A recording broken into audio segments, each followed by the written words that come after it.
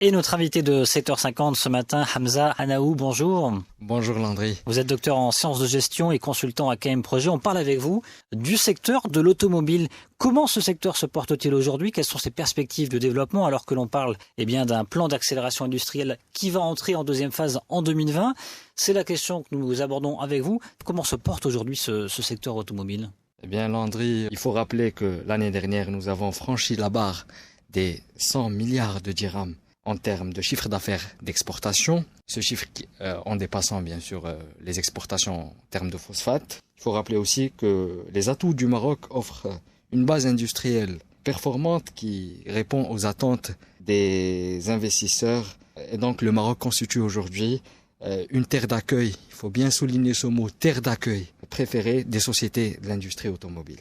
100 milliards de dirhams d'exportation en 2018, est-ce qu'on pourra atteindre les 110, 120 milliards cette année? En tous les cas, aujourd'hui, je crois que seul le ministère dispose des chiffres exacts. Mais je pense qu'avec l'arrivée de PSA, on peut dépasser ce chiffre en allant vers les 110, 120 milliards de dirhams. Si on devait faire une photographie du développement du secteur automobile au Maroc sur les 10 dernières années, quels sont les acquis, les points positifs? Alors, il faut rappeler que le secteur automobile, que l'industrie automobile est présente au Maroc depuis plusieurs décennies grâce à la présence de Somaca. Les actifs de l'État marocain au sein de la Somaca ont été rachetés par Renault en 2003. Et donc, depuis ce temps-là, on a essayé de développer un cluster automobile au Maroc grâce au développement des écosystèmes, des différents écosystèmes par métier et aussi par type de sous-traitant.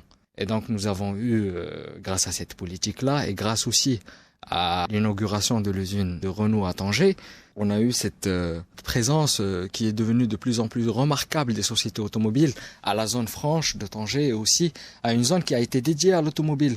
Aussi à Tanger, c'est la Tanger Automotive City. Et donc, il y a eu une présence d'équipementiers et qui ont ramené avec eux cette politique de ramener les équipementiers automobiles a permis de ramener des sous-traitants de rang inférieur qui se sont installés dans ces zones-là pour pouvoir produire localement les pièces et atteindre un taux d'intégration qui est important. Alors ça, c'est pour les aspects positifs. Exactement. Les aspects négatifs. Dans ma thèse de doctorat, j'ai fait une étude benchmark entre l'Inde et le Maroc, sachant que l'Inde est plus poussée dans les industries et dans la recherche et développement. Mais il faut quand même, si on a cette ambition d'être qualifié comme pays industriel grâce à l'automobile, on doit encore se comparer aux géants de ce secteur. Alors qu'est-ce qui ne va pas par rapport à l'Inde et au Maroc? Qu'est-ce qui ne va pas, c'est qu'on n'a pas pu développer des sous-traitants marocains. Alors la définition de taux d'intégration par le ministère de l'Industrie et du Commerce signifie que c'est un calcul qui se fait sur la base des pièces qui sont produites au Maroc. Mais qui les produisent? C'est des multinationales, c'est des sociétés internationales. Alors qu'on n'a pas pu encore intégrer des sociétés à capitaux marocains qui portent l'industrie automobile. Ça fait mal. Oui. Ça fait mal, c'est triste. C'est triste, mais il y a eu un travail qui a été fait par Renault en 2003. Ils ont créé ce qu'on appelle un bureau d'intégration locale. Au niveau de Casablanca, c'était un travail qui rassemblait et le bureau de conseil Renault Consulting, aussi bien que le ministère de l'Industrie et la CGEM. Ces trois acteurs ont travaillé pour pouvoir former des sous-traitants marocains pour les mettre à la disposition de Renault. Mais cette politique a été vouée à l'échec parce que les entreprises marocaines ont pointé du doigt le bureau Renault Consulting et ils n'ont pas accepté une démarche d'audit qui a été conduite par le donneur d'ordre principal. Ce que vous nous dites, c'est que le Maroc, finalement, il a péché en ne développant pas sa propre expertise. Écoutez, on ne peut pas développer une expertise du jour au lendemain. Aujourd'hui, on est une terre d'accueil. Et je l'ai bien souligné au début. Aujourd'hui, on est une terre d'accueil des sous-traitants. Ça reste pour nous le rêve marocain de franchir la capacité d'aller du made de Morocco to made by Morocco. Et après, pourquoi pas aller to made in Morocco. mais ça reste un rêve. Bien en sûr. tous les cas. Mais c'est un travail qui doit être fait au niveau aussi des cabinets de conseil qui doivent se convertir vers le secteur automobile. Si on ne développe pas une recherche et développement, si on ne développe pas des outils made in Morocco, si on ne développe pas des réflexions marocaines, on ne peut pas aller loin dans ce secteur. Donc c'est un travail de recherche, c'est un travail, et là je lance un appel aux chercheurs. Moi j'ai fait une initiation, soi-disant, mais je lance un appel aussi aux chercheurs et aux universités d'aller vers ce secteur qui est créateur de valeur, qui pourrait être un levier de développement économique. Alors justement, le plan d'accélération industrielle, il va entamer une nouvelle phase, ça sera dans quelques mois, en 2020. Que faire? Quelles solutions justement pour développer cette expertise marocaine et ainsi créer de la valeur ajoutée? Alors, pour créer de la valeur ajoutée, il faut développer ce qu'on avait rappelé, c'est l'industrie automobile locale par des entreprises marocaines. Pour renforcer l'intégration du tissu industriel local à la lumière des défis qu'affronte le système productif national dans les industries modulaires, parce que là, on ne parle pas que d'industrie automobile dans le plan d'accélération industrielle, on parle aussi d'industrie modulaire, tout ce qui est aéronautique, automobile ou bien aussi chimie. Et qui sont complémentaires. Hein. Exactement. Par la mise en place, moi ce que j'ai proposé et l'issue de mon travail, c'est la mise en place de 3 mécanismes.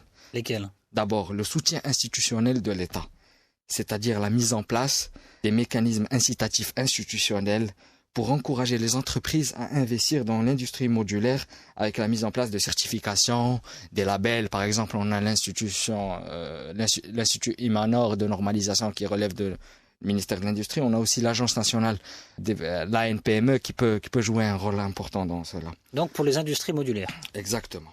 Le soutien institutionnel de l'État, comme premier point. Le deuxième point, c'est le soutien direct des donneurs d'ordre. Il faut savoir que les donneurs d'ordre à l'échelle internationale, ils ont une stratégie de RSE qui est dédiée au développement des petits fournisseurs. Et donc, pourquoi ne pas inciter les donneurs d'ordre qui sont présents aujourd'hui, les constructeurs et les équipementiers qui sont présents aujourd'hui sur le sol marocain, d'orienter leur stratégie RSE vers des fournisseurs potentiels marocains qui peuvent en profiter d'accompagnement et de formation, et pourquoi pas produire dans un futur proche et livrer l'industrie automobile. Ça c'est possible, ça peut être possible selon vous, elles pourraient être intéressées ces entreprises-là? Oui. Ce serait une vision gagnant-gagnante finalement. C'est une vision gagnant-gagnant, ils peuvent accompagner et ça leur permettra aussi de contrôler les deadlines, c'est-à-dire de contrôler les délais de livraison, oui, mais aussi de contrôler aussi la qualité et le coût de la production de ces sous-traitants qui seront accompagnés. Et d'avoir des gains directs sur notamment les coûts, puisque ça limite bien entendu les déplacements. Troisième proposition ? Troisième proposition, c'est une proposition un peu politique, c'est-à-dire l'intégration des différents partenaires dans un comité de suivi et d'arbitrage qui est constitué de sous-traitants, de banques, de ministères des Finances, donneurs d'ordre, ministère de l'Industrie, afin d'assurer le suivi et l'évaluation des accords de partenariat entre sous-traitants locaux et donneurs d'ordre étrangers. Ce comité d'arbitrage pourrait un peu réduire le risque d'opportunisme de certains équipementiers, mais il pourrait aussi... On peut presque se dire pourquoi il n'a pas été mis en place un peu plus tôt. Oui, on pouvait le créer il y a longtemps, mais aujourd'hui il faut avoir d'abord, il faut faire un constat pour aller de l'avant, et je crois que suite au constat qui a été fait et suite aux défis que relève le nouveau modèle de développement, on a aujourd'hui plus besoin de ce comité qu'hier. Est-ce que le Maroc peut passer franchement à la vitesse supérieure et préparer le terrain à l'assemblage, la conception de véhicules, j'ai envie de rêver, 100% électrique, 100% autonome? C'est possible ? Oui, c'est possible. On peut aujourd'hui rêver de concevoir des véhicules 100% électriques. Ouais, c'est pas pour tout de suite. C'est pour dans combien de temps? 10 ans, 15 ans? Progressivement, on peut monter en grade? Vous savez, la voiture électrique est devenue aujourd'hui un levier de croissance dans les pays développés. Et donc, oui, aujourd'hui, le secteur automobile, il connaît plusieurs transformations. Et donc, le Maroc n'a qu'à accompagner ces transformations. D'ailleurs, on a Renault et PSA qui sont en train de commercialiser des modèles électriques. Et donc, ces modèles-là, à un certain moment, ils doivent être concevoir dans des usines qui existent en Nord-Afrique. Certainement le Maroc. On a aussi un constructeur chinois qui a passé un accord conclu avec le Maroc il y a maintenant de cela pratiquement un an, c'était en janvier 2018. Il y a eu un protocole d'accord qui a été signé entre le Maroc et le constructeur BYD qui a promis d'installer une usine dans la zone de Tanger. Ça en est où d'ailleurs? Je ne pense pas. Je crois qu'ils sont en phase d'étude, mais je crois qu'il faut pas que surtout avec les Chinois, il faut pas s'arrêter sur des protocoles d'accord et aller de plus en plus sur le concret. On a vu ça avec la ville, la cité Mohamed VI Tanger Tech, qui a eu plusieurs retards, mais je pense que si on part plus avec les partenaires chinois vers la concrétisation de l'ensemble des protocoles d'accord qui ont été signés, on peut devenir une puissance industrielle dans un avenir très proche. Mais donc vous, sur la voiture électrique, vous dites qu'il faut concrétiser d'abord peut-être avec BYD, le chinois, qui est le champion d'ailleurs chinois de la voiture électrique, mais aussi avec des constructeurs européens, occidentaux. Oui, il faut aller aussi vers des constructeurs européens, occidentaux, mais aussi vers l'Inde. Il faut aller aussi vers l'Inde grâce au modèle Tata. Il faut différencier notre portefeuille de constructeurs, comme ça on met en concurrence ces constructeurs-là et on devient, parce que nous on dispose d'atouts, on dispose de plusieurs atouts qui nous permettent d'être une terre d'accueil très intéressante pour les constructeurs, mais il faut aussi les mettre en concurrence et pouvoir en tirer le maximum pour qu'on réalise le rêve marocain et d'aller vers le Made in Morocco dans un futur très proche. Merci beaucoup Hamza Hanoum. Merci. À très bientôt.